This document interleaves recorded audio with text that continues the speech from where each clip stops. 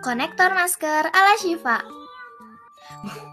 Ini adalah alat dan bahannya: gunting, penggaris, lem tembak, tali masker, manik-manik, hiasan, pengait, stopper.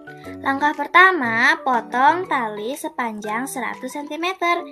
Kemudian pasang tali ke dalam stopper.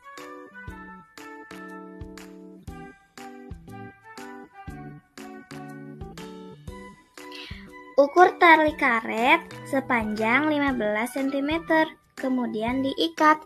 Fungsinya agar manik-manik tidak turun naik.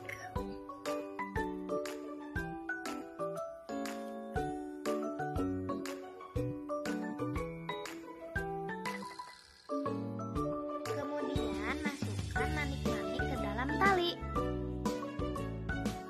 Kemudian kita akan membuat simpul. Sebelum kita membuat simpul, kita masukkan talinya ke dalam pengait. Tali yang lebih pendek disimpan di atas, kemudian lilitkan ke arah atas sampai 3 lilitan. Setelah itu, sisanya dimasukkan ke lilitan tersebut. Agar lebih kuat, kita bisa berikan lem di ujung simpul tersebut. Kemudian berikan lem pada stopper. Inilah konektor masker ala Shiva.